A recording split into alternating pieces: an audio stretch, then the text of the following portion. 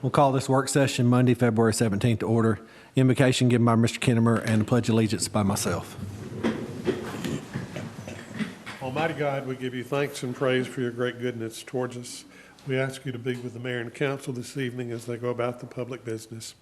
Lead, guide, and direct them in all that they do. These things we ask in Jesus Christ's name. Amen. Amen. I pledge allegiance to the flag of the United States of America and to the republic for which it stands, one nation, under God, indivisible, with liberty and justice for all. First thing tonight's Employee Service Awards. Mayor.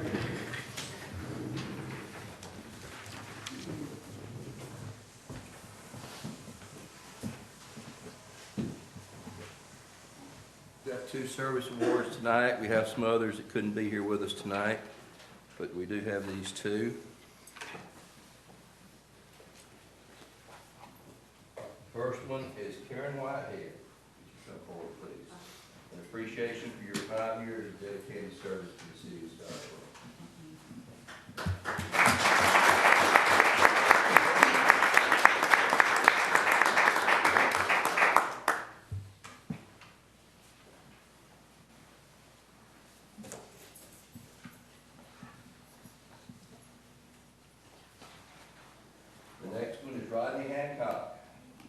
For your appreciation of your 20 years of dedicated service to the city of Scottsboro.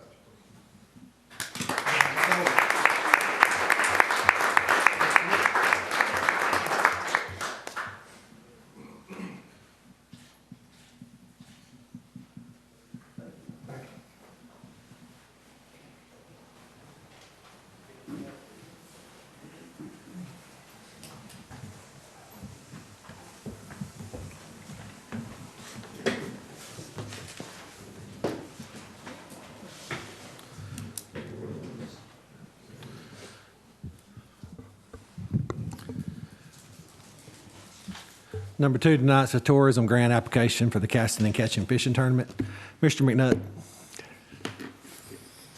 Good to see everybody. Thank you for having me tonight. It's always a special time to be able to come up and highlight what the city really backs behind our event. Casting and catching, this will be our 10th year. It's hard to believe that it's been year number 10, 9 years for the actual tournament, 10 years for the fundraising. And to this point, before we started this year, we had raised and donated over $1.3 million to the CVICU, which is the Pediatric Congenital Heart Center at Children's of Alabama. And then with this year's fundraising, we're hoping for, we'll land around $250,000, so we'll be well over $1.5 million. And 100% of that money goes straight to the CVICU. And there were some really neat things happening with research at the facility. And we'll get to share some of that when we go to Washington next week, a week from today, actually. And also that is purchased a lot of life-saving equipment. And we're really excited about all the things that it's doing. We appreciate your support. As I tell everybody, this city goes above and beyond to support our event and to support our kids. And when you think about, like Mr. Brown right here, I didn't even know it, but his son was treated at Children's of Alabama. And it is a lot more common than you ever realize. And this is Heart Month. February is Heart Month. And so 1 in 100 babies are affected by CHD. It's well above any other birth defect. And we hope to bring awareness, and we hope to make sure that the money that's raised and brought to Birmingham is a way that we can help children that have to deal with this in the future. Maybe they will never have to deal with this again. And maybe instead of talking about allowing them to survive, we're talking about allowing them to thrive into adulthood and well into adulthood. So we're excited about that. This year's event is May the 2nd, will be our dinner and our Anglers Dinner. And we invite everybody in the council and the mayor to join us that evening. It's a really, really special night. It kind of hits home and brings home everything, why we do what we do. And then the tournament will blast off at daylight on Saturday, May the 3rd. And all that's at Goose Pond. And we just appreciate all of your support each year. And I will continue to say this, that 80 to 85% of the money that's raised every single year comes from Scottsboro City and Jackson County businesses. And we just want to express our appreciation to everybody with that. Thank you. Thank you. Anyone have any questions, Mr. McNutt, on this? I've got one. Where do y'all rank nationally as far as fundraisers, bass tournament fundraisers? So it is, the Casting and Catching is the largest charity fishing tournament in the nation. And we're very, very proud of that. We're very proud of the amount of anglers that come to fish every year. I was just checking the registration. We have somebody from Springfield, Ohio that has registered, and all across different multiple states that we do have. So we are the largest fishing tournament, charity fishing tournament in the nation with, as I've said, $1.3 million donated to date. And we'll be well over $1.5 million this year total. So very proud of everybody that has put effort and time in it and volunteers. And as we say, we think about it 365 days a year when it's our mission and it's our passion. I just want to say, you know, it's been a little over a year ago, I guess we put together the fishing tournament committee, and they take care of all the money, but we felt like this tournament shouldn't be included in those. The council really believes in you and this tournament and what it does, and so we held it out so that we could approve it separately. Well, we really appreciate We y'all. appreciate that. And it's, you know, I still go back, and I was telling Mr. Brown that the day that Lee Bradford and I started the concept of this, and Lee, I would get Lee to come, but you'd probably have to pick him up off the floor. He does not appreciate public speaking. But, and he can talk to anybody. That's the crazy thing. But, you know, we were sitting around on the fourth floor, and I remember it like it was yesterday. Tucker was in for an open heart surgery, and Andrew was in for a heart cath. And we're just try to find a way to give back to the men and women that have, given us our children. And that's when the fishing tournament started. So the concept of it started in 2015. We planned for that year, and then 2016 was the first year. So everybody from the solid waste to the Scottsboro Fire Department to the police department to Highlands to everybody that's involved. It is truly a community event that makes not only a state impact, but an impact across the country. Thank you, Mr. McNutt. Thank you. We'll put that on next week's meeting for a vote. Thank you. Thank you. Number 3 tonight, discuss a resolution to award the bid for body cams for the police department. Ms. Phillips, you read over that, and Chief Latimer will be here for any questions.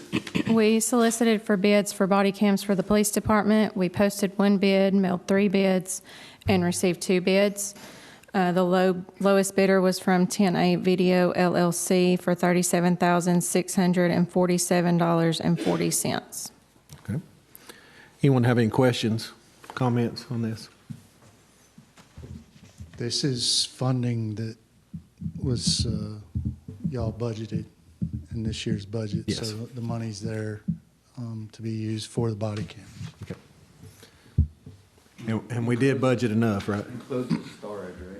Yes, it's going to be an on-site server that the videos will be uploaded to. When the officers return to the police department, it'll automatically pull it off their cameras into the server. It also includes software for public requests and redaction software where you're able to blur out certain things and edit some of the video that you have to release. Gotcha. And there was enough in the budget to cover it, correct? Yes. All right. Anyone else have any questions or comments? Yeah, we'll move that to next week's meeting. Thank you. Number 4, discuss the easement of adjoining property at the landfill. Mr. Ledwell, if you want to start that off.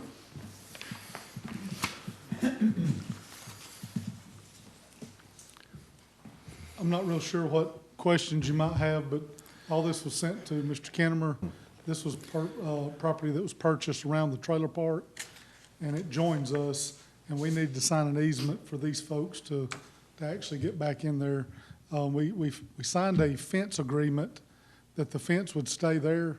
We actually gained a little bit of property on our side by doing so, but I think this is just a formality for us to be in agreement that these folks will have an easement to go through the end of ours to get to theirs. Mr. Kimmer, you want to? I concur with Mr. Ledwell. It's a situation where there are other people who have boundary line disputes. It was very close to our property. This enables everyone to leave happy, which is a rare thing in the law. Yes. Anyone have any questions or comments on this? All right, we'll move that to next week's meeting. Number 5, discuss the purchase of tires for off-road truck for the solid waste department. Mr. Lebel. This is our used, that's out there, the Caterpillar. It's the off-road truck, 6 tires. Unfortunately, we do this, it looks like about once a year. Depending on our haul routes and how far we're going, depends on how long these things last. But it's gonna take 6 of them, and you've got the agreement in front of you. Anyone have any questions on that? No questions. We'll move that to next week's meeting. All right, number 6, discuss the door replacement for solid waste department. Go ahead, Mr. Levin. This actually isn't solid waste, it's just a building that the city owns. We have some cardboard in it, it's over on Abbey Lane. We don't use it for anything, but it's a really good building, it's a big building. But the doors are on this side toward the pound, the dog pound, animal control, the doors become inoperable. And like I said, it's too good a building, it's just a city asset, it's not actually solid waste, but we are using it, and the door needs to be fixed, because if you don't, it's just gonna deteriorate. And people are getting in and out, and there's some stragglers that are standing back there, some, so it needs to be secured. Okay.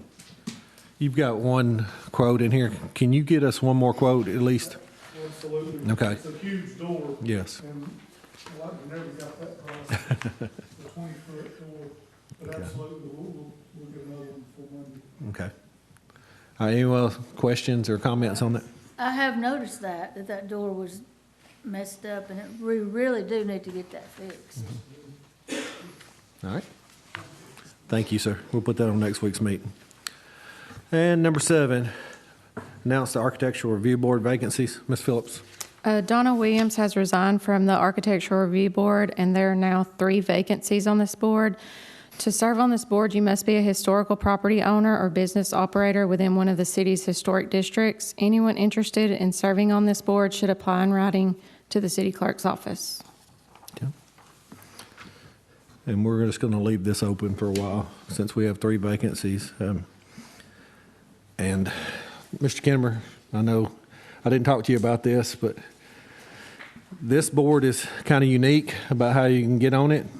Yes, sir. And if we keep coming up with no one wanting to be on it, we may have to look at changing. Changing the law. Yeah, because I know they run into cases where they can't have meetings because they don't have enough people. Yes, sir. So, How many So- spots are on that board? I believe it's 7. Now there's 4. there's 3 vacancies right now, so. All right. So that is open if anybody wants to apply, all right? That'll conclude the meeting tonight, so we'll go to delegations. Mr. Henniger?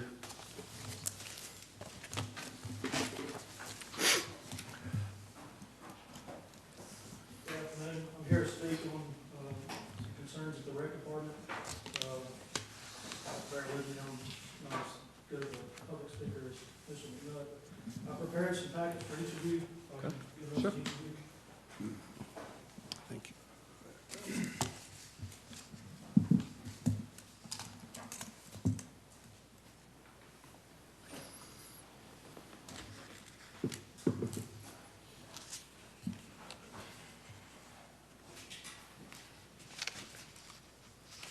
Dear council members, my name is Parker Henniger, and I've had the privilege of serving with the Scottsboro Police Department for the past 12 years. I'm reaching out to express my concerns regarding the current state of our recreation department, specifically in light of my extensive involvement in coaching within the program.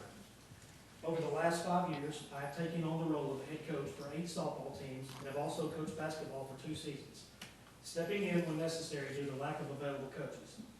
My 2 children are actively engaged in various sports offered by the Recreation Department, as well as participating in Kids Club summer and after-school programs. I have consistently coached both my children since they become eligible for recreational sports. I registered to be a head coach for the girls' 8U softball team on January 25, 2025 at 6:40 p.m. I recall this date clearly as I took a screenshot of my registration. In previous years, the rec department has assigned coaching positions based on the order of registration when multiple coaches expressed interest in the same age group. On February 14, 2025 at 3:02 p.m., I reached out to Robert Fanning to inquire about the coaches meeting scheduled for February the 16th. Mr. Fanning's response indicated that he was awaiting the mayor's recommendation. When I sought clarification on whether this would be a written recommendation, I received no further communication from him. Later that day at 5:12 p.m., a group message involving Mr. Fanning, Mayor McCamey, and my longtime assistant coach, Scott Matthews, in which they inquired if Scott would be considered in taking a head coaching position for the 8U girls. Mr. Matthews had not signed up for this role due to his commitment to support me as an assistant coach. Mr. Fanning mentioned the possibility of another returning coach, but did not disclose any details. At 5:53 p.m., after business hours, I received another group message indicating there were more qualified head coaches registered than positions available for the 8U girls. Mr. Fanning cited the CARE values as a criteria for selecting coaches. He followed this with a screenshot of a coaching form that I had signed, but without a date, making it unclear whether it pertained to my recent coaching history. I replied promptly, expressing my confusion as I had never faced disciplinary actions that would warrant being deemed unfit for coaching. My request for further explanation was met with silence. Mr. Fanning's communication appears to have contradicted itself. He initially reached out to Mr. Matthews about the head coaching position, yet later stated that there were more qualified candidates than positions available. This inconsistency raises concerns about the fairness of the selection process. On February 15, 2025, I received a group message with Mr. Fanning and Mayor McCamey suggesting that I consider leading an independent travel team instead of participating in the rec league. I found this suggestion troubling as it could potentially undermine the Recs department participation numbers and revenue. Throughout my coaching career, I have never received any form of disciplinary action or feedback regarding my coaching methods. The claims made by Mr. Fanning lack validation, as I have consistently prioritized the well-being of the children and the integrity of the program. I believe that Mr. Fanning's actions may be influenced by personal grievances stemming from previous complaints I have made regarding field conditions, uniform issues, and inconsistent officiating. My intent in raising these concerns was solely to ensure a safe and fair environment for our young athletes. It is disheartening to note that Mr. Fanning has been unresponsive to my attempts to engage in dialogue, opting instead to communicate solely via text message. Effective communication is essential in his role as a director of recreational sports, and I urge you to consider whether he is fulfilling the responsibility adequately. Furthermore, I have observed that Mr. Fanning is involved in coaching multiple school sports while allegedly conducting these activities during city time, which raises additional questions about his priorities and commitments to the rec department. In conclusion, I feel strongly that Mr. Fanning has misused his position to prevent me from coaching without any documented justification. I invite each of you to attend upcoming rec events and engage with parents and coaches to gain insight into their opinions regarding the direction of the department under Mr. Fanning's leadership. Given the concerns already raised during his tenure as an interim director, I encourage you to reflect on his qualifications for this role. I would be more than willing to meet with each of you, either as a group or individually, to discuss any questions or concerns regarding the issues that I have presented. I have also given you a packet that includes photographs of last year's field conditions, incorrect jerseys children were forced to wear, and text messages from parents that indicate why I should be a head coach for their child. Thank you for your attention to this matter. Thank you, sir. There's no other delegations tonight. We'll go to reports. Mayor? I have nothing tonight, Mr. President. Thank you. Mr. Dahl? I have nothing but a question. When is the selection for the RecCom director going to take place? Right now, we were waiting on jury duty notification, and then we're going to set up interview process. We've met already to go over the candidates and decide who we were going to interview. And after that, then we'll move on with a date to do interviews. Seems to me that as soon as we get somebody qualified in there and to stabilize the whole situation, some of this stuff may stop, but I don't know. Hopefully. Okay. That's Anything? all I have. Thank you. Ms. Frederick? I don't have anything tonight. All right, thank you. I just want to remind everyone, we'll have a meeting next week. I'm sorry, I didn't look at my calendar to pull up that date. So the 24th, everything was moved tonight. We'll go on the 24th meeting, and then there'll be a work session on March 3rd, be the next after that. So, and we will actually double up on the 3rd. No, we'll double up on the 17th. I'm sorry. We'll have a work session on the 3rd. So, that's all I've got tonight. Appreciate everyone coming. We're adjourned.